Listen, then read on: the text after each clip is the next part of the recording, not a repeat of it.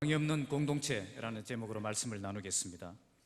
얼마 전에 이 알라딘 램프의 지니가 나와서 모든 소원을 들어주는 그런 알라딘이라는 영화가 상영되었는데, 이와 비슷한 이야기가 하나 있습니다. 영국인, 캐나다인, 그리고 촌사람 한 사람이 3명이 미지의 섬에 이렇게 표류가 되었습니다. 먹을 것이라고는, 마실 것이라고는 코코넛 열매로부터 얻는 것이 전부였고, 며칠이 지나자 그들은 절망에 빠지기 시작했습니다. 그런데 어느 날 해변으로부터 램프 하나가 밀려와서 영국인이 그것을 집어들었습니다. 이게 뭔가 하고 문질러 보니까 그 안에서 지니가 나와서 하나씩 소원을 들어주겠다라고 하는 겁니다. 그래서 눈이 희둥그레져서 영국인이 이렇게 말했습니다. 나의 고향집으로 빨리 돌아가고 싶어요. 지니가 손가락을 탁 치니까 이 사람이 영국으로 싹 사라졌습니다. 이것을 본 캐나다인이 나도 내 집으로 돌아가고 싶어요. 캐나다인도 사라졌습니다. 그때 촌사람이 주변을 돌아보면서 이렇게 말했습니다. 다 어디 갔지요? 지금 나는 너무 외로워요. 그 2사람 다시 돌아오게 해주세요. 이 공동체가 찢어지면 이렇게 가슴 아파하는 그런 부담스러운 모습을 우리가 여기서 볼 수가 있습니다.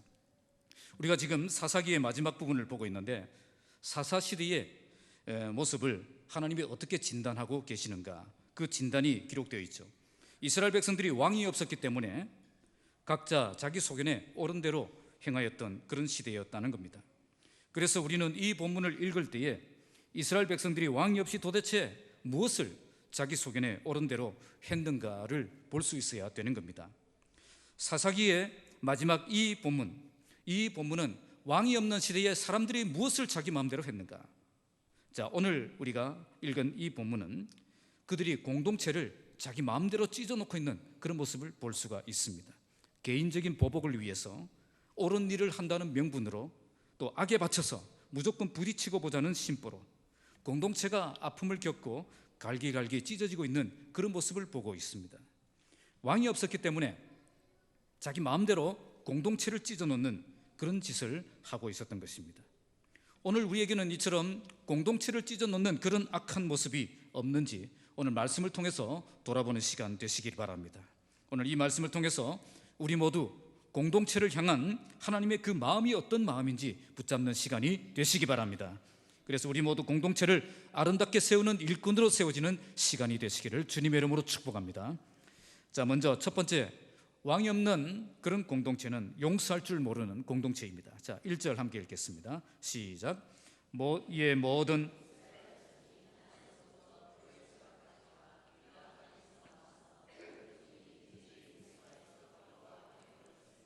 자, 본문 19장에 이어지는 말씀이에요.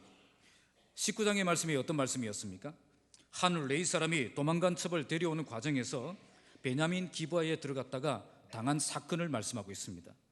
그때 기브아에 불량배들이 몰려와서 동성 성관계를 요구했고, 이를 모면하기 위해서 그들은 자기 첩을 대어줍니다.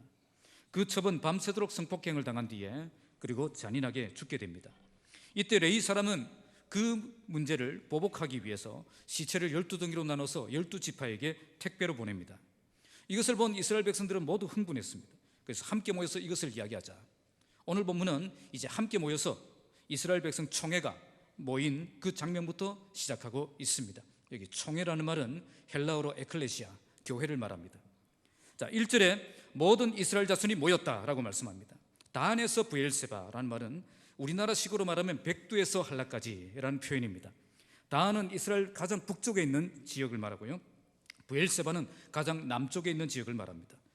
또 길앗 땅이라는 것은 요단강 동편에 있는 그런 이스라엘 땅, 지금의 요르단 땅에 있는 그 지역 사람들을 말합니다. 그래서 이 표현은 전국에 흩어졌던 모든 이스라엘 백성들이 한자리에 모였다는 겁니다. 그들은 일제히 모였고 여호와 앞에 모였습니다. 일제히라는 표현은 8절과 11절에도 나옵니다. 사사도 없었고 왕도 없었는데 그럼에도 불구하고 한 사람처럼 일사불란하게 모였던 것입니다. 그리고 여호와 앞에 모였다는 이 말은 법궤나 성막을 이 자리로 이동시켰다라고 볼 수가 있습니다. 이스라엘 백성들은 비상시국이 아니면 절대 성막을 그리고 법궤를 이동하지 않습니다. 당시 성막과 법궤는 실로에 있었습니다. 이것을 미스바로 옮겨왔다는 것은 당시 나라가 비상시국이었다는 것을 그들이 인식했다는 겁니다. 자, 2절 읽겠습니다. 시작. 온 백성의 어른,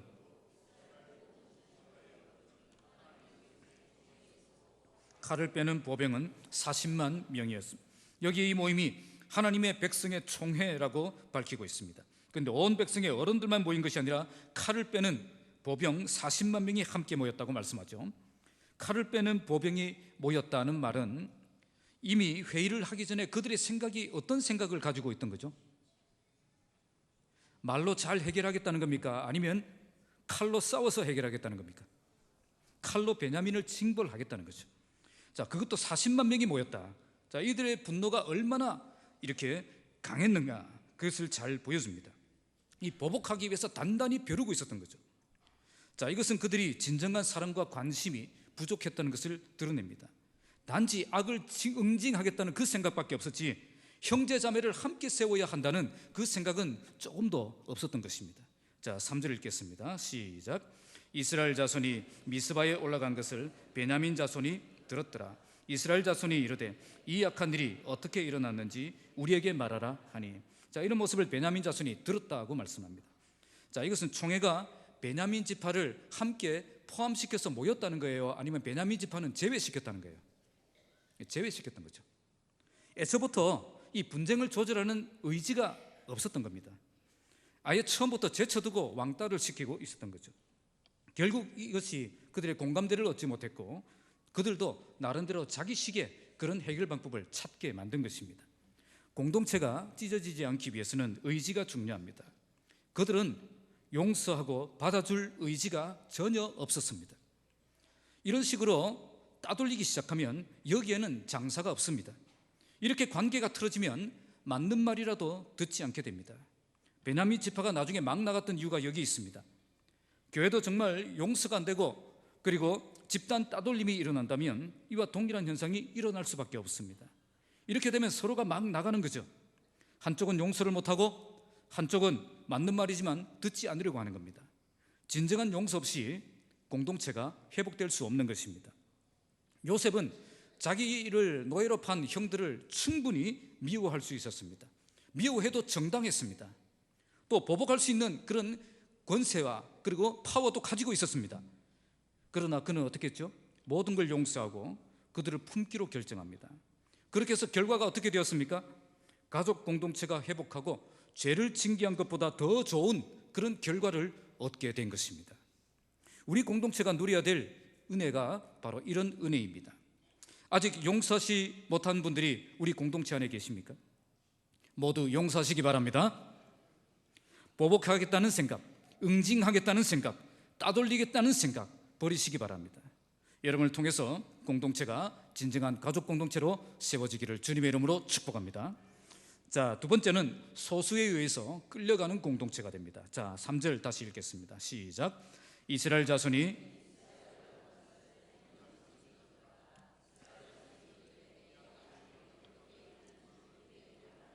자, 총회에 모인 이스라엘 자손들은 먼저 그 레인에게 이 악한 일이 어떻게 일어났는지 우리에게 말하라, 그렇게 말을 합니다. 여기서 그들의 실수가 뭐죠? 그들은 먼저 하나님께 묻지 않았다는 거죠. 모처럼 이스라엘 백성들이 한자리에 함께 모였습니다. 모든 이스라엘 총회가 한자리에 모였어요. 성막과 법궤도 가져왔습니다. 그런데 가장 먼저 하나님을 찾지 않고 하나님께 예배하지 않았다는 겁니다. 그들은 먼저 누구를 찾았습니까? 사람을 만났습니다. 사람을 찾았죠. 사람에게 물었습니다. 그래서 사람의 말만 듣고 이렇게 쉽게 동요하게 된 것입니다. 실패하지 않기 위해서 먼저 하나님 앞에 나아가고 하나님께 묻는 습관을 가져야 됩니다. 이게 삶의 체질이 되고 비결이 되어야 됩니다. 먼저 사람을 찾고 먼저 일을 처리하는 사람은 결코 성공적인 인생을 살 수가 없습니다. 자, 4절을 읽겠습니다. 시작. 우리 이 사람 곧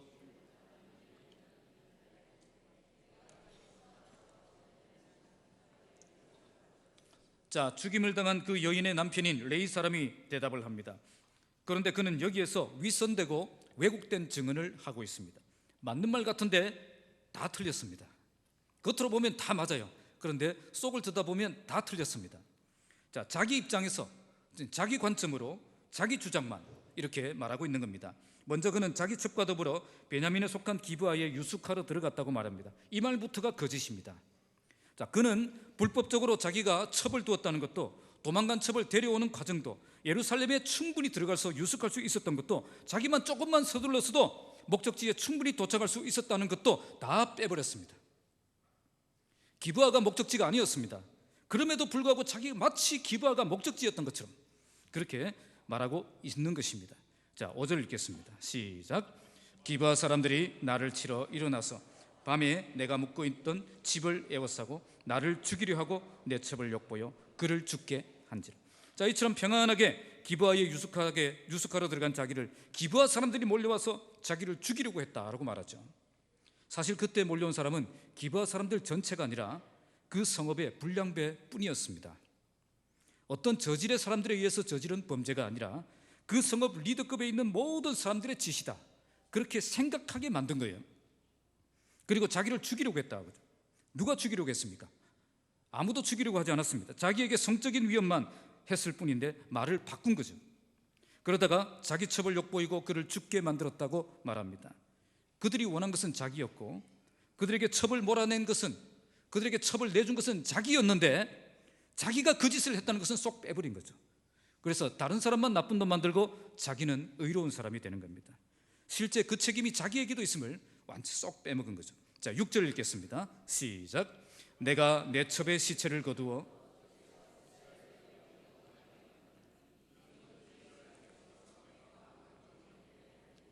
이제 자기가 시체를 12덩이로 쪼개어서 이스라엘 각 지파로 보낸 그런 이유를 설명합니다. 이는 그들이 이스라엘 중에서 음행과 망령된 일을 행하였기 때문이다라고 밝힙니다. 그런데 과연 이게 사실일까요? 정말 기브아에서 일어난 그 죄가 안타까워서 모든 백성들에게 경종을 울리고 바로잡기 위해서 이 짓을 한 겁니까? 아닙니다. 실제로는 기브아의 죄가 안타까워서 그 짓을 한 것이 아니라 단지 내가 당한 그것이 너무 억울했기 때문에 가장 자극적인 방법을 사용했던 것입니다. 그러니까 개인적인 원한을 갚기 위해서 이스라엘 총회를 이용했던 겁니다. 그런데 마치 그들이 공동체를 더럽히는 망령된 죄악을 행했기 때문에 이렇게 하는 것이다 라고 말하고 있는 것입니다. 자, 7절 읽겠습니다. 시작. 이스라엘 자손들아, 너희가 다 이제 그는 이스라엘 자손들에게 신속하게 결정을 내려야 된다, 그렇게 재촉을 합니다. 그렇게 백성들을 자극시켜 놓고 그는 이제 무대에서 사라집니다. 공동체 안에 문제를 잔뜩 만들어 놓고 자기는 쏙 빠지는 거죠. 다른 사람들이 나서게 만드는 겁니다. 다른 사람들이 흥분하게 만드는 거죠. 다른 사람들이 일어나서 일을 벌이게 만드는 겁니다. 그러면서 자기는 편안하게 잘 지냈는지 모르겠습니다. 그런데 공동체는 어떻게 되었습니까? 베냐민 지파와의 1차, 2차 전투에서 이스라엘 군대가 4만 명이 전사합니다. 또 3차 전투에서는 베냐민 지파가 600명을 제외하고 모두 사망합니다. 우리 이 사람들은 자기를 위해서 첩을 희생시켰던 것처럼 개인적인 원한을 갚기 위해서 이스라엘 총회를 희생시켰던 것입니다. 한 사람의 말만 들으면 이렇게 되는 겁니다. 본문에서 공동체 안에 누가 영향력을 행사하고 있는지 잘 보시기 바랍니다. 기질이 강한 한 사람이 설득력 있는 말로 공동체를 좌지우지하고 있습니다. 이것 때문에 공동체가 흔들린다는 건 굉장히 위험한 일입니다. 이런 인물 때문에 이게 아니라는 생각을 가진 사람들이 말을 할 수가 없는 그런 분위기가 만들어지는 거죠. 이렇게 되면 공동체 전체가 결국 위험한 방향으로 갈 수밖에 없는 것입니다. 한 사람이 가진 약점이 여기서 그대로 드러나고 있지 않습니까? 너무 쉽게 과장하고, 너무 쉽게 거짓말하고, 너무 쉽게 자기에게 유리한 쪽으로만 말하고 있는 것을 보고 있습니다. 결국 공동체의 유익이 아니라 자기의 그런 유익을 위해서 영향력을 행사하는 것을 볼 수가 있습니다. 만일 우리 교회 공동체가 소수의 사람에 의해서 좌지우지되는 공동체가 되면 위험한 길을 걷고 있는 것입니다. 공동체는 먼저 하나님을 찾고 하나님의 뜻이 우선되어야 됩니다. 기질이 강한 소수의 사람에 의해서 이끌려 달리는 그런 공동체가 되면 안 됩니다. 이런 면에서 기질이 강하신 분들은 교회 안에서는 자제하셔야 됩니다. 우리 교회는 인간의 뜻에 의해서 찢어지고 갈라지는 공동체가 되면 안 됩니다. 먼저 하나님을 찾는 공동체, 하나님의 뜻이 중심이 되는 공동체가 되어서 정말 하나님이 기뻐하시는 가족 공동체를 세워나가는 저와 여러분 되시기를 주님의 이름으로 축복합니다. 자, 세 번째는 감정이 지배하는 공동체가 되는 겁니다. 자, 8절을 읽겠습니다. 시작. 모든 백성이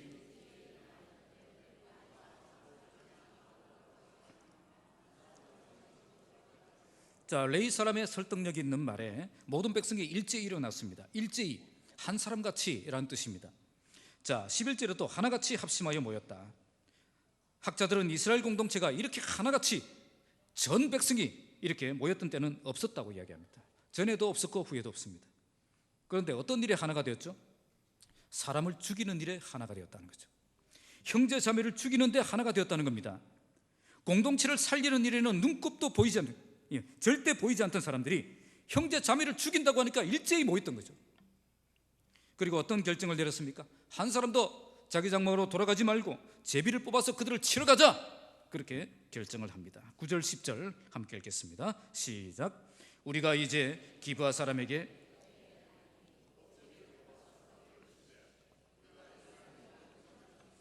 100명의 10명, 1000명의 100명, 10,000명의 1000명을 뽑아 그 백성을 위하여 양식을 준비하고 그들에게 베냐민 기브아에 가서 그 무리가 이스라엘 중에서 망령된 일을 행한 대로 징계하게 하리라 하며 제비를 뽑는데 지파별로 10분의 1씩 양식을 준비하고 징계하러 보내자고 결정합니다. 사실 기브아 성읍 하나를 이렇게 징계하기 위해서 40만 명이나 되는 군대가 갈 필요가 없죠. 그래서 이런 결정을 내린 것 같습니다. 하지만 그들이 제비 뽑아 결정한 그 4만 명의 숫자는 모두 죽는 숫자가 되었습니다. 1차 전투에서 22,000명, 2차 전투에서 18,000명, 모두 4만 명이 전사하게 됩니다. 자, 11절 읽겠습니다. 시작. 이와 같이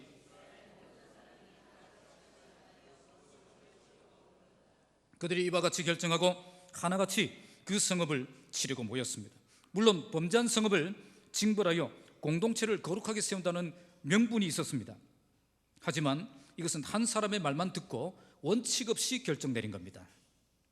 자기 중심적인 그 정언만 채택하고 다른 사람의 의견은 전혀 고려하지 않은 그런 결정이었습니다. 본문에 이런 결정을 내리기 위해 그들이 하나님께 기도했다는 말씀이 없습니다. 그리고 이 문제를 가지고 깊은 토론과 논의를 거친 과정도 없었습니다.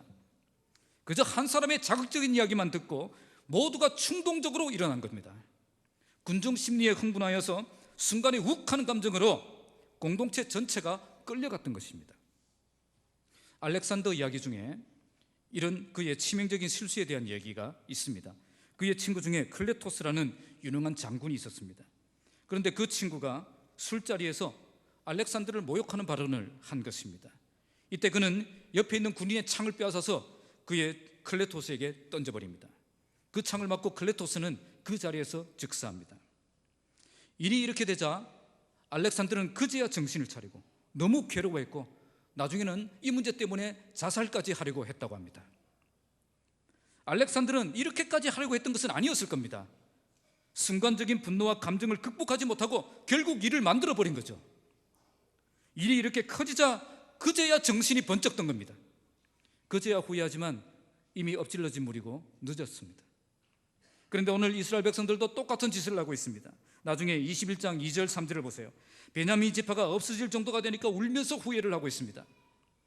그제야 베냐민을 구제할 방법이 없을까 찾고 난리를 치고 있습니다. 모두 신중하게 자기 감정을 다스리지 못하고 기도하며 결정하지 않았기 때문에 일어난 일입니다. 나의 욱하는 감정, 성급한 결정, 신중하지 못한 행동이 공동체를 무너뜨릴 수 있습니다.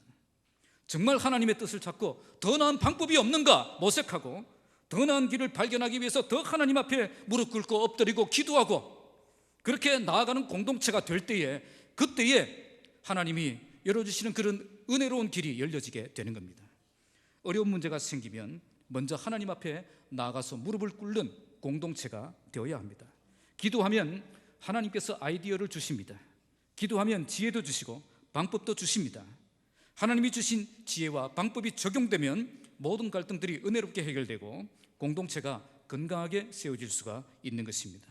공동체의 건강을 위해 더 많이 고민하고 더 많이 기도하고 더 많이 생각하고 더 많이 무릎 꿇는 우리 교회가 되기를 주님의 이름으로 축복합니다. 자, 12절에서 16절 말씀은 네 번째로 권위를 무시하는 공동체가 됩니다. 자, 12절 읽겠습니다. 시작. 이스라엘 지파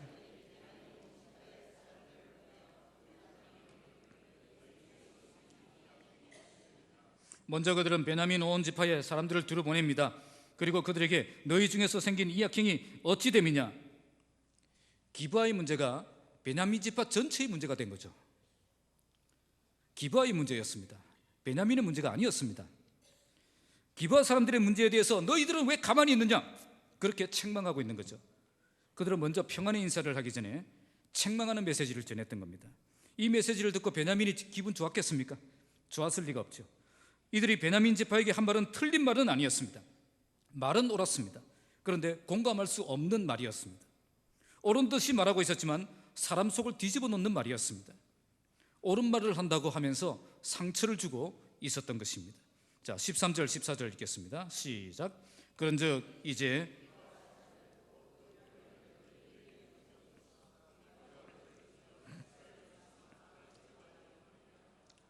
베냐민 자손이 그들의 형제 이스라엘 자손의 말을 듣지 아니하고 도리어 성읍들로부터 기브아에 모이고 나가서 이스라엘 자손과 싸우고자 하니라. 이제 기브아 사람들 곧 그 불량배들을 우리에게 넘기라. 그들 중에 불량배들만 처벌해야 되는데 기브아 사람들 전체를 넘기라. 전체가 불량배다라고 생각을 했던 거죠.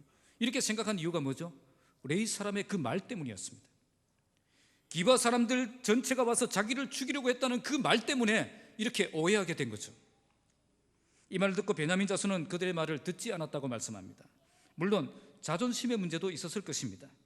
총회가 모일 때 자기만 쏙 빼먹은 것도 그렇고요, 기브아 사람 전체를 불량배로 간주하는 것도 그렇고, 기브아 문제를 베냐민 전체의 문제로 확대 해석하는 것도 아마 기분이 나빴을 것입니다.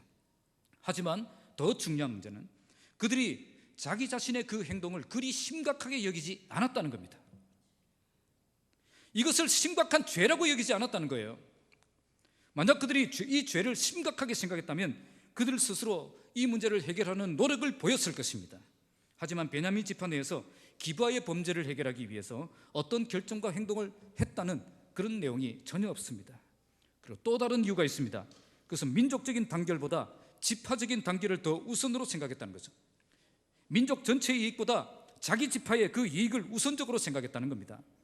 그렇게 되면 진리를 세우는 것에는 관심이 없고 오직 자기 지파를 보호하는 것에만 관심이 있을 수밖에 없습니다. 그런데 이것보다 더 심각한 이유가 있습니다. 그것은 다른 지파들도 똑같은 짓을 하고 있으면서 자기만 지적한다라고 생각했다는 거죠. 지금은 사사시대입니다. 기브아에서 일어난 이런 문제는 자기만의 문제가 아니라 사실 전 민족적인 문제였다는 거죠. 너나 나나 다 똑같은데 누가 누구를 정죄할 수 있느냐, 이렇게 생각을 했던 거죠. 이런 식으로 생각을 하면 절대 권위를 인정하지 않습니다. 그래서 그들은 말을 듣지 않고 이스라엘 자손과 싸우려고 모였던 것입니다. 그런데 그들의 결정이 어떤 결정이죠? 자, 15절 16절 말씀은 이렇게 싸우고자 했던 그들이 얼마나 무모한 결정을 했는가, 그것을 우리에게 보여줍니다. 자, 15절 16절 읽겠습니다. 시작. 그때에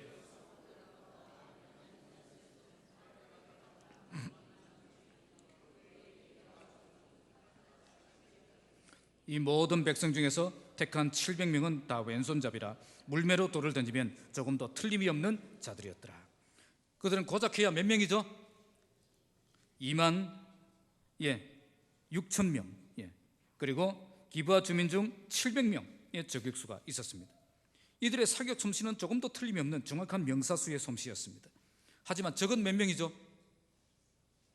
벌써 잊어버렸습니까? 40만 명입니다. 아무리 실력이 뛰어나도 이건 어떤 전쟁이죠? 무모한 전쟁입니다.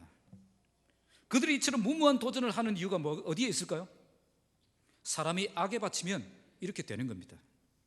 대전에 있을 때 고등학교 학생들이 야자 시간에 만용고등학교 옆에 있었는데 야자 시간에 몰래 나와서 애들이 담배를 많이 피웠어요. 요즘도 그렇죠? 요즘도 우리 고등학생들 없습니까 지금? 우리 교회 학생들은 교육관 뒤에 가서 담배 피는 학생들 없겠죠? 그런데 이 아이들이 어디에서 담배를 피느냐 하면 꼭 한 곳에 모여요. 누구냐면 어떤 할머니가 사는 그 담장 바로 밑에서 그렇게 담벼락에 모여서 담배를 피는 겁니다. 그러니까 이 창문, 담벼락에 창문이 있으니까 방 안으로 그 담배 냄새가 들어오고 애들 또 시끄럽게 떠들고 그런 소리가 들어오죠. 이게 싫어서 할머니가 야, 여기서 담배 피지 마, 시끄러우니까 좀 짠 곳으로 가, 그렇게 말했습니다. 잠시 후에 쨍그랑 소리가 났습니다. 뭐죠? 창문이 깨지고 돌이 하나 방으로 들어온 거죠. 학생들이 할머니 말을 듣고 어떻게 한 거죠? 악에 받쳐서 돌을 던진 겁니다. 그 유리 파편 때문에 잠자던 아이가 돌에 큰 상처를 이렇게 입을 뻔했다고 합니다. 잘못을 지적하면 반성할 생각은 하지 않고 도리어 죽일 듯이 대항하는 그런 모습을 볼 수가 있죠. 할머니가 이 사실을 학교에 알렸습니다. 범죄 학생을 처벌하기를 원한다, 그렇게 했습니다. 그런데 그 학생을 잡을 수가 없었습니다. 왜냐? 그 학교가 그 학생들을 보호해버렸기 때문에, 보호하고 지켜주려고 했기 때문에 그렇습니다. 오늘 본문에 베냐민 지파 사람들이 이 모양이었습니다. 그들은 회개가 없는 사람, 회개가 불가능한 사람이었습니다.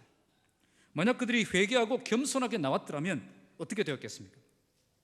분노한 그 문제, 분노한 백성들에게 이 문제로 처벌은 받아줄지 몰라도 뒤에 계속되는 말씀처럼 공동체가 찢어지는 그런 비극적인 운명은 맞이하지 않았을 것입니다. 공동체 생활을 하다 보면 상처받고 악에 바칠 때가 있습니다. 그러나 아무리 악에 바쳤다고 해도 악으로 악을 갚아서는 안 됩니다. 그리고 아무리 악에 바쳐도 하나님 앞에서 바른 결정을 내려야 됩니다. 그렇게 하지 않으면 결국 공동체도 망하고 자기도 망하는 겁니다. 회개할 줄 모르고 반성할 줄 모르는 것처럼 공동체에 파괴적인 것은 없습니다. 기분 나쁘다고 권위도 무시하고 질서도 무시하고 공동체도 무시하고 막 나가는 것만큼 위험한 것도 없습니다. 정말 교회가 순결한 공동체가 되려면 권징이 살아있는 교회가 공동체가 되어야 됩니다. 교회의 권위를 인정하고 직분의 권위를 인정하고 교회법의 권위를 인정할 때 공동체에 질서가 잡히고 능력이 회복되는 것입니다. 요즘처럼 교회의 권위 무시하는 시대가 없는 것 같습니다. 이런 분위기에 휩쓸리지 말고 교회의 권위를 깊이 인정하며 교회를 순결하게 지켜나가는 저와 여러분 되시기를 주님의 이름으로 축복합니다. 마지막 다섯 번째는 책임을 전가하는 공동체가 되어집니다. 자, 17절 읽겠습니다. 시작. 베냐민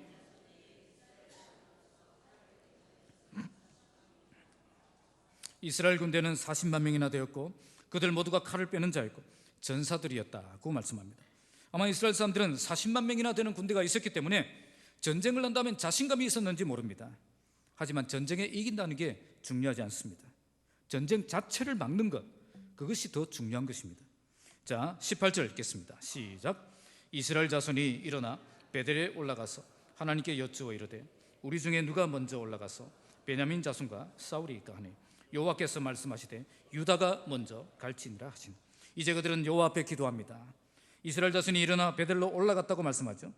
지역적으로 보면 미스바가 이렇게 이제 서남쪽에, 미스바 서남쪽에 기브아가 있고요, 베델은 동쪽에 있습니다. 그러니까 기브아를 공격하러 가기 전에 잠시 반대쪽으로 물러나서 하나님과 만나는 시간을 가졌던 거죠. 그런데 기도의 내용을 한번 보시기 바랍니다. 뭘 기도했습니까? 우리 중에 누가 먼저 올라가서 베냐민 자손과 싸우리이까? Yes or no입니까? 예? 자, 무슨 질문이죠? 그들은 먼저 어떤 질문부터 해야 했습니까? 베냐민과 싸울 것인가 말 것인가부터 기도해야 했던 거죠. 이미 싸움은 결정되어 있어요. 내가 결정했습니다. 싸울 것입니다. 내가 결정했어요. 이 싸움을 어떻게 싸울 것인가, 그걸 묻고 있는 겁니다. 이것은 이미 결정을 내린 뒤에 하나님의 허락을 받으려는 그런 기도입니다. 만약 정상적으로 기도한다면 먼저 공격해야 할지 말아야 할지 그것부터 물어봐야 했습니다. 그리고 공격하는 것 말고 더 다른 방법은 없는지 물어봐야 했습니다. 하지만 공격에 대한 의지가 너무 강했기 때문에 다른 생각은 할 수가 없었던 거죠. 결국 어떻게 되었습니까? 기도했지만 실패합니다. 하나님께서 유다가 먼저 가라 대답하십니다. 하나님의 응답이 있었습니다. 그런데 실패합니다. 왜 실패했죠? 하나님의 약속에 뭐가 없습니까? 승리에 대한 약속이 없습니다. 가봐라 하는 거죠. 네 뜻대로 해봐라는 겁니다. 28절 말씀처럼 너희가 이기리라, 너희 손에 붙이리라, 이런 약속이 없는 겁니다. 자, 19절, 20절, 21절까지 읽겠습니다. 시작. 이스라엘 자손이 아침에 일어나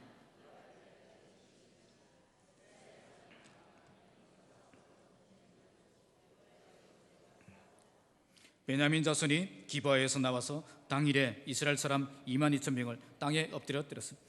자, 1차 전쟁에서 이스라엘 백성들이 참패를 당합니다. 이스라엘 자손이 아침에 일어나 기브아에 대해서 진을 칩니다. 그러자 베냐민 자손들도 나와서 그들과 맞붙어서 당일에 이스라엘 군대가 22,000명이 전사합니다. 베냐민의 피해는 별로 크지 않았습니다. 그래서 아예 기록도 하지 않았습니다. 자, 22절 읽겠습니다. 시작. 이스라엘 사람들이 스스로 용기를 내어,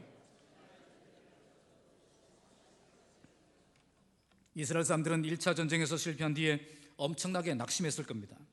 내가 정의의 편에 서 있는데, 분명히 내가 옳고 쟤들이 틀렸는데 왜 내가 지금 피해를 보고 있을까? 왜 지금 내가 패배했을까? 엄청 고민이 되겠죠. 그러나 그들은 다시 용기를 내었습니다. 다시 전열을 갖췄습니다. 그리고 하나님 앞에 다시 나아갑니다. 자, 23절 읽겠습니다. 시작. 이스라엘 자손이 올라가 여호와 앞에서 저물도록 울며 여호와께 여쭈어 이르되, 내가 다시 나가서 내 형제 베냐민 자손과 싸우리까 하니 여호와께서 말씀하시되 올라가서 치라 하시니라. 이번에는 그들의 자세도 바뀌었습니다. 기도 제목도 조금 수정되었죠. 그들은 여호와 앞에서 저물도록 울며 기도합니다. 그리고 내가 다시 나가서 내 형제 베냐민과 싸우리까? 이제 근본적인 질문을 다시 돌아간 거죠. 이번에도 하나님은 올라가라, 치라, 그렇게 대답을 하십니다. 자, 24절 25절 마지막으로 읽겠습니다. 이튿날에 이스라엘 자손이 베냐민 자손을 치러 나아가매 베냐민도 그 이튿날에 기브아에서 그들을,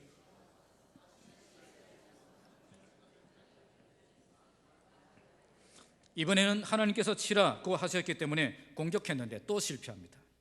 이번에도 전사자가 많이 나왔습니다. 18,000명이나 죽었습니다. 1차와 2차 합쳐서 4만 명이 전사했습니다. 왜 하나님께서는 이스라엘 백성들이 이렇게 두 번씩이나 실패하게 하셨을까요? 나는 정의의 편에 서 있는데 왜 하나님은 나를 패배하게 만드셨을까요? 먼저 자신을 돌아보게 하시기 위해 이렇게 하신 것입니다. 베냐민을 정죄하고 베냐민을 징계하기 전에 먼저 내가 어떤 존재인가, 그것을 돌아보라는 겁니다. 두 번의 실패 끝에 그들은 이런 진리를 깨닫게 됩니다. 그 다음 26절을 보시면 그들은 울며 금식하고 번제와 화목제를 하나님 앞에 드리는 것을 볼 수가 있습니다. 내가 옳은 말을 한다는 것, 내가 옳은 일을 한다는 것, 그것보다 더 중요한 것이 있습니다. 그것은 내가 옳은 삶을 사는 겁니다. 내가 옳은 사람이 되는 것입니다. 내가 옳은 사람이 아니면서 다른 사람들을 향해 옳지 못하다 그렇게 말해서는 안 된다는 겁니다. 지체들을 향해 이래라 저래라 하기 전에 먼저 나 자신을 바르게 세우는 일부터 시작해야 되는 것입니다. 그때 우리의 말에 권위가 있고 사람을 변화시키는 힘이 있습니다. 먼저 우리를 돌아보지 않으면 우리가 아무리 옳은 일을 한다고 해도 하나님은 실패하게 하실 것입니다. 항상 먼저 자신을 하나님 앞에서 바르게 세우고 공동체를 사랑으로 섬기는 저와 여러분들이 되시기를 주님의 이름으로 축복합니다. 말씀을 맺겠습니다. 오늘 본문은 이스라엘에 왕이 없었기 때문에, 하나님을 왕으로 인정하지 않았기 때문에 백성들이 공동체를 자기 마음대로 찢어놓고 있는 그런 모습을 보여주고 있습니다. 용서할 수 없다는 생각, 소수의 사람들에 의해서 끌려가는 모습, 자기 감정을 다스리지 못하는 모습, 권위를 인정하지 않는 모습, 그리고 자기에게 더 큰 문제가 있음을 보지 못하는, 책임을 전가하는 그런 사람들 때문에 공동체가 찢어지고 있는 것입니다. 나 때문에 공동체가 아름답게 세워지는 사람이 있고, 나 때문에 공동체가 찢어지는 사람이 있습니다. 어떤 모임에 들어가도 모든 사람들이 좋아하는 사람이 있고 항상 문제를 일으키는 사람이 있습니다. 무슨 차이겠습니까? 겸손하게 종이 되어서 남을 섬기느냐, 아니면 교만하게 내가 왕이 되어서 내 마음대로 하려고 하느냐, 거기에 차이가 있는 겁니다. 하나님을 왕으로 인정하지 않고 내가 왕이 되어서 내 마음대로 고집하는 곳에 공동체가 하나 되어서 건강하게 세워질 수가 없습니다. 계속 공동체 안에 오해가 생기고 문제가 생기고 갈등이 생기고 다툼이 일어나게 되어 있습니다. 내가 왕이 되어 남을 인정하지 않고 남을 더 낮게 여기지 않고 내가 좌지우지하려는 그런 사람이 있으면 그 공동체는 이렇게 깨어지는 아픔을 겪게 되는 것입니다. 내가 왕이 되면 그 공동체는 반드시 찢어집니다. 그러나 내가 종이 되면 그 공동체는 아름답게 세워집니다. 내가 먼저 용서하고, 내가 먼저 순종하고, 내가 먼저 이해하고, 내가 먼저 복종하고, 내가 먼저 잘못을 인정하며 겸손히 섬김의 자리로 내려가면 공동체를 죽이는 사람이 아니라 공동체를 살리는 사람이 될 수가 있습니다. 하나님은 우리가 공동체를 죽이는 사람이 아니라 공동체를 살리는 사람이 되기를 원하십니다. 우리 때문에 공동체가 다시 살아나고 건강하게 세워지기를 원하십니다. 우리 모두 어떤 모임에 들어가도 겸손히 종이 되어서 남을 섬기는 삶을 통해서 하나님이 기뻐하시는 건강한 가족 공동체를 함께 세우는 믿음의 사람들이 되시기를 주님의 이름으로 축복합니다. 기도하겠습니다.